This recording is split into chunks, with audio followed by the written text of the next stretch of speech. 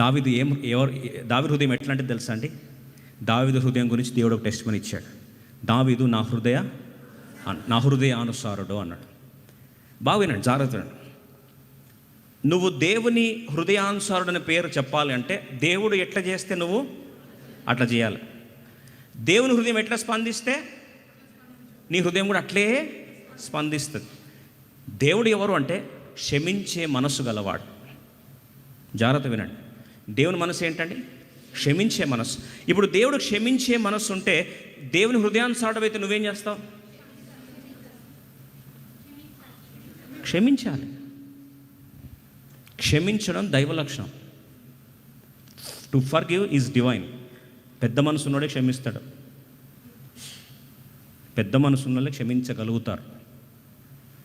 దేవుని లాంటి విశాల మనసు ఉన్నోడే క్షమించగలుగుతాడు. లేకపోతే మనం ఏం చేస్తాం తెలుసా? మనమే దావీదు కోసం ఉంటే క్షమించాలి కాబట్టి క్షమిస్తాం. కానీ ఎట్లా తెలుసా? ఇన్స్టాల్మెంట్ బేసిస్లో. వాడు ఫస్ట్ ఆఫ్ ఆల్ ఏం మ్యాటర్ చెప్తాడో తెలుసుకుంటా వాడిని. ఇప్పటికి క్షమిస్తా, నేను చూస్తా, తర్వాత ఎక్కడి దాకా తీసుకెళ్తాడో చూస్తా. వాడు కానీ కరెక్ట్ తీసుకోపోలేదనుకో,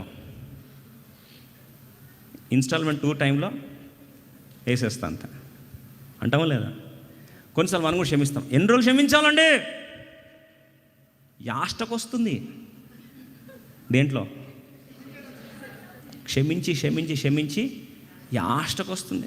కొన్నిసార్లు అంటాం ఫ్రస్ట్రేషన్లో, అసలు క్షమించడం అనే పదానికే మీనింగే పోయింది బ్రదర్. నా భర్తను క్షమించి అసలు క్షమాపణ అనే పదమే అసహించుకునే పరిస్థితికి వచ్చేసాను బ్రదర్. ఇంకొకసారి క్షమాపణ సారీ అంటే ఇంకా ఆ పదం అంటేనే నాకేం వస్తుంది? ఏం రాదా మీకు? అస్సేం వస్తుంది. ఇంకో సారీ అంటారా? మరి బతుకు సారీ, నోరులో సారీ చెప్తాడు, కాళ్ళు చెప్తాడు వెంటనే.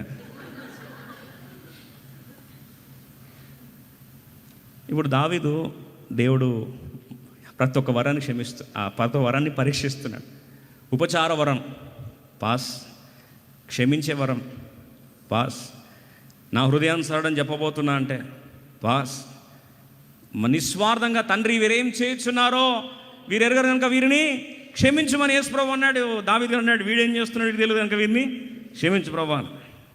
ప్రభు వెంటనే పైన టిక్ మార్క్ రాయడం స్టార్ట్ చేశాడు. ఈయన నా హృదయానుసారుడా, నన్ను సంతోషపెడతాడా? నన్ను ఇంతగా సంతోషపెడతాడా? నన్ను ఇంతగా ఆనందింపజేస్తాడా? నా మనసు ఎంత కష్టం ఇది క్షమించడము, అలాంటిది తృణప్రాయంగా క్షమించేశాడు. అది పోయి ఒక్క క్వాలిఫికేషన్ కాదు వీడికుంది. ఈ దరిద్రునికి ఉన్నది ఒక్క క్వాలిఫికేషన్ కాదు. ఒకటేమో ఐగుప్తుడు, రెండోదేమో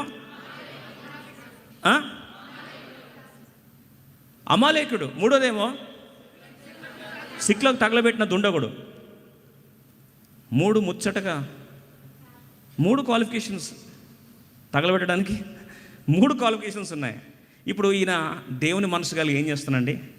క్షమించడానికి ఇష్టపడుతున్నాడు. Let me tell you this, if your heart rejoices to celebrate God's forgiveness, దేవుడు క్షమించినట్టు నువ్వు క్షమించడానికి ఇష్టపడితే, నువ్వు యెహోవాను ఆనందించడం ఆరంభిస్తే, ఈరోజు దేవుని సేవను జ్ఞాపకం చేస్తున్నా. 37వ కీర్తన 4వ వచనం, 37:4, యెహోవాను బట్టి సంతోషించుము, ఆయన నీ హృదయ వాంఛలను తీర్చును, నీ మార్గమును యెహోవాకు అప్పగించుము, నీవు ఆయన నమ్ముకొను, ఆయన నీ కార్యము నెరవేర్చును. ఇప్పుడు యెహోవాను ఆనందించడం స్టార్ట్ చేశాడు దావీదు. దేవా, నువ్వు క్షమించులో ఆనందించే దేవుడు. అందుకొరకే దేవుడు క్షమించులో ఏం చేస్తారంటండి? సిద్ధ మనసు కలవడం కాదు, క్షమించుటలో ఆనందించే దేవుడు. God rejoices in forgiving. Now David is rejoicing in that forgiveness. యెహోవా ఏం చేస్తున్నాడు? ఆనందిస్తూ ఉన్నాడు. దేవుడు అన్నాడు, దావీదు నీ హృదయవాంఛన ఏం చేస్తా? తీర్చేస్తా.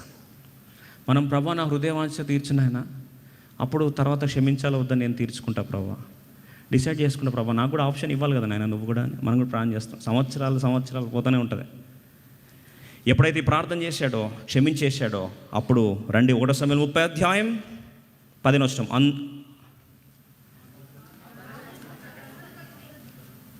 10 ఆ దండును కలుసుకుంటకై నీవు నాకు త్రోవ చూపుదువా అని దావీదు వానిని అడుగగా. ఇలాంటి పొజిషన్లు అన్నాడు, అయ్యా నాకు ఆ దండు ఎవరో తరిమిన వాళ్ళని చూపిస్తావా నాకు అని. ఒక మాట అడుగుతానండి, దావీదు వాడెవడో తెలుసుకున్న తర్వాత క్షమించాడా, ఏమి తెలియకముందే క్షమించాడా? తెలియకముందు క్షమించాడు, తెలిసిన తర్వాత కూడా క్షమించాడు. అయితే నెక్స్ట్ ప్రశ్న, క్షమించిన తర్వాత దావీదు ఎవరో ఆయనకు తెలుసా? తెలియదు. ఒక మాట జాగ్రత్త వినండి, దావీదు ఎవరో ఆయనకి తెలియదు. ఇప్పుడు దావీదు అడుగుతున్నాడు, అయ్యా నాకు చూపిస్తావా రూట్ అంటే, ఆయన ఏమంటున్నాడు? రండి అందరూ కలిసి వెళ్దాం. నేను నిన్ను చంపనని నీ యజమానుని వశము చేయనని దేవుని బట్టి నీవు నాకు ప్రమాణము చేసినడలా ఆ దండును కలుసుకుంటకు నీకు త్రోవ చూపుదును అనెను. వెంటనే నువ్వు నన్ను తీసుకెళ్ళి మా సార్కి అప్పగించనని చెప్తే నేను నీకు చూపిస్తా రూట్ అని. ఈయన అన్నాడు, ప్రమాణం చేస్తున్నా అన్నాడు. అయిపోయింది అంతే. ఫస్ట్ టైం గూగుల్ మ్యాప్స్ అనే యాప్ డౌన్లోడ్ అయింది. ఎవరి ఫోన్లోకి? దావీదు ఫోన్లో. మీరు నెక్స్ట్ టైం ఫోన్ ఏది, ఏ యాప్, ఏ వర్షన్ అడగకండి, అర్థం కాదని చెప్తున్నాను. ఫోన్ లేని యుగంలో, శాటిలైట్ లేని యుగంలో, జీపీఎస్ లేని యుగంలో, ఇన్ఫర్మేషన్ సర్వీసెస్ లేని యుగంలో, స్నిఫర్ డాగ్స్ పనిచేయలేని యుగంలో, ఇన్ఫర్మేషన్ బ్యూరో ఎక్కడి నుంచి ఇన్ఫర్మేషన్ గ్యాదర్ చేస్తుందని తెలియని యుగంలో, అంతర్జాలం లేని యుగంలో first time live Google location సర్వీసెస్ని, నావిగేషన్ సిస్టమ్ని దేవుడు ఏం చేశాడు? ఆన్ చేశాడు. ఎట్లా ఆన్ చేశాడంటే, take left, take right, take left, attack అన్నాడు అంతే. చూస్తే డైరెక్ట్గా వెళ్ళి చూస్తే వాళ్ళు అక్కడ ఏం చేస్తున్నారంట? 16వ వచనం. తర్వాత వాడు వారి దగ్గరకు దావీదు నడిపింపగా ఫిలిస్తీన్ల దేశంలో నుండి, యూదా దేశంలో నుండి తాము దోచుకొని తెచ్చుకొని ఉన్న సొమ్ముతో తూలదూగుచు వారు ఆ ప్రదేశం అందరు చెదిరి అన్నపానం పుచ్చుకొనుట ఆటపాటలు సొలపుచుండ్రి. అక్కడ కూర్చొని మంచిగా ఎంటర్టైన్మెంట్ ప్రోగ్రామ్ పెట్టుకున్నారు. ఆ రోజు వీకెండ్ సర్వీసెస్ పెట్టుకున్నారు. చూశాడు, తీసుకెళ్ళాడు, ఇష్టం వచ్చినట్టు తరిమి కొడితే కేవలము దావీదు కోల్పోయిన ఆస్తి కాదండి, ఫిలిస్తీన్ల ఆస్తి, ఐగుప్తీల ఆస్తి, వీరు దండయాత్ర చేసుకొని వస్తున్న ఆస్తి అంతటిని దావీదు తిరిగి సంపాదించుకున్నాడు. కోల్పోయింది గోరంతా, సంపాదించింది కొండంతా. అర్థమైందా? ఇంత సమకూర్పుకు సీక్రెట్ ఏంటి?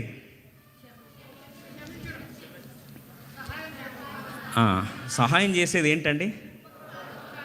ఉపకారపు వరము. ఎందుకు చెప్తున్నా ఈ మాట అంటే, నీకున్న వరాన్ని నువ్వు సమాధి చేసి, నీకున్న వరం ఏంటో ఫస్ట్ ఆఫ్ ఆల్ సమాధి చేయకముందు అసలు వరం ఏముంది కూడా మనకు తెలియదు. మనం ఇంకా నెక్స్ట్ లెవెల్ అండి. నాకు వరాలు ఉంటాయా బ్రదర్? అట్లాంటి రాంగ్ నెంబర్లు బ్రదర్, అట్లాంటివి మనకు తెలియదు అన్నీ అని. ప్రవచిత మీద భవిష్యత్తులో చూద్దాం, మనకు దేవుడు ఎవరెవరికి ఏమేమి వరం ఇచ్చాడు అనేది భవిష్యత్తులో ఖచ్చితంగా చూడబోతున్నాం. మనకు స్థలం కొరకు ప్రాణం చేయండి, బైబిల్ స్టడీ స్టార్ట్ చేయొచ్చు. ఎందుకు చెప్తున్నా ఈ మాట అంటే, చాలాసార్లు మన జీవితంలో దేవుడు నీకు ఇచ్చిన తలాంతుల వరములు నువ్వు వాడకుండా దేవుడు కార్యాన్ని చేసిన తర్వాత నేను వాడతా అంటే ఎప్పటికీ మార్గం సరళం కాదు. God tests your gift in times of adversity. God tests your gift in times of pain. God tests your gift in times of confusion. ఏం తెలియకుండా ఎటుపోవాలి అర్థం కాని స్థితిలో నీ వరాన్ని ఏం చేస్తాడు? దేవుడు పరీక్షిస్తాడు.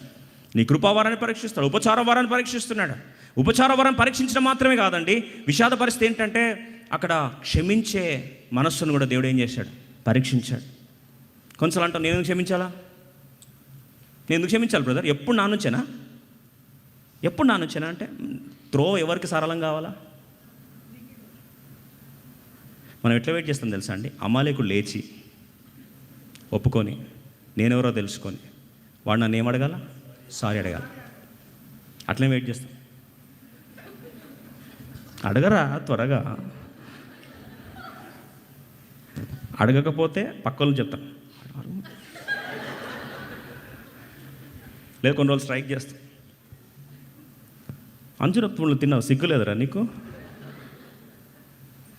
నీళ్ళు తాగావు, సిగ్గులేదురా నీకు? వాడికి అర్థం కాదు ఇంతెందుకు తిరుగుతున్నాను నన్ను. అరే సారీ అడగరా అంటే, అడగాలంటావా? నువ్వు అడగకపోతే నేను ముందుకు పోనురా. మనం ఆ batch. See, whether people ask you forgiveness or not is a different story. దేవుణ్ణి కొల్లబడుస్తున్న వారు యేసు ప్రభు కలవరసలు ఎక్కినప్పుడు మొదటిసారిగా వీళ్ళు సారీ అడిగితే దేవుడు క్షమించమన్నాడా? తండ్రి వీరు ఏం చేయించున్నారో వీరు ఎరగనుక వీరిని. You don't need to wait for somebody sorry. That opens your door. వాళ్ళ డోర్ కాదు, నీ డోర్ తెరుస్తాడు దేవుడు. వాళ్ళకు కాదు ఆశీర్వాదం, నీకు. క్షమించేవాడికి లైన్ ఏమవుతుంది? క్షమించేవాడికి అరణ్యంలో ఏమవుతుంది? హైవే వస్తుంది. క్షమించేవాడికి ఎడారులు ఏమొస్తుంది? సెలేరు వస్తుంది. కాబట్టి ఈరోజు నుంచి వెయిట్ చేయకు.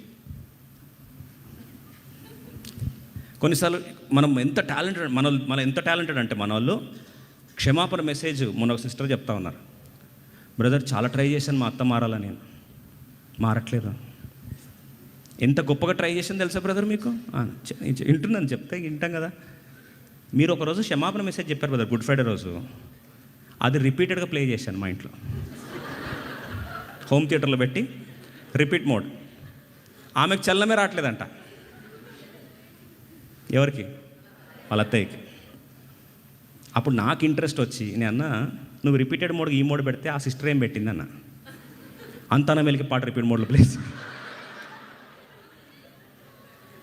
సరిపోయారు. క్షమించాలని ఏమో ఈమె మెసేజ్ పెట్టుకుంటుంది. వాళ్ళ అత్త వచ్చి ఏమొచ్చింది? అంతా నా మేలుకే, ఆరాధనాపను స్తుతించడం మానండి. అదే ఇల్లు. పాపం వీళ్ళ భర్త తట్టుకోలేక రిమోట్ పగలగొట్టేశాడు ఒకరోజు. ఎందుకు చెప్తున్నాను నేను మాట అంటే, you don't need to wait for somebody because it is not their way which is going to open, it is your way which is going to be open. Bible రాస్తుంది 1 సమూయేలు 30:18, ఇలాగున దావీదు అమాలేకులు దోచుకొని పోయిన దానంతటిని తిరిగి తెచ్చుకొనెను. మరి అతడు తన 2 భార్యలను, గొప్పదేమి కొద్దిదేమి ఏది తక్కువ కాకుండా దావీదు సమస్తమును సంపాదించుకొనెను. దావీదు కోల్పోయిందే కాదు, సమస్తాన్ని తిరిగి ఏం చేశాడు? సంపాదించుకున్నాడు. ఎందుకు చెప్తున్నా ఈ మాట అంటే, నీ జీవితంలో దేవుడు సంపాదించుకోవడానికి, సమస్తాన్ని తిరిగి సమకూర్చుకోవడానికి, నీ కృపావరాల్ని, నీ క్షమించే వరాన్ని, నీ జీవితంలో విధేయత అడుగులను దేవుడు ఏం చేస్తాడు? టెస్ట్ చేస్తాడు. దేని ద్వారా టెస్ట్ చేస్తాడు? ఒక పరిస్థితిని అనుమతించి టెస్ట్ చేస్తాడు. నీకు అలాగే షాక్ అవ్వచ్చు, ఇలాంటి సిచ్యువేషన్ నా లైఫ్లో ఎందుకు వస్తుంది అంటే, అక్కడ నీ కృపావరాలు ఏం చేయాలి? వాడడానికి దేవుడు అవకాశాన్ని క్రియేట్ చేస్తున్నాడని సంతోషించి వెంటనే ఎంత త్వరగా ఛాన్స్ తీసుకుంటే అంత త్వరగా రికవరీ అవుతుంది. ఇంకొక సంఘటనలో పరిచయం చేస్తాను మీకు. కృపావరాల్లో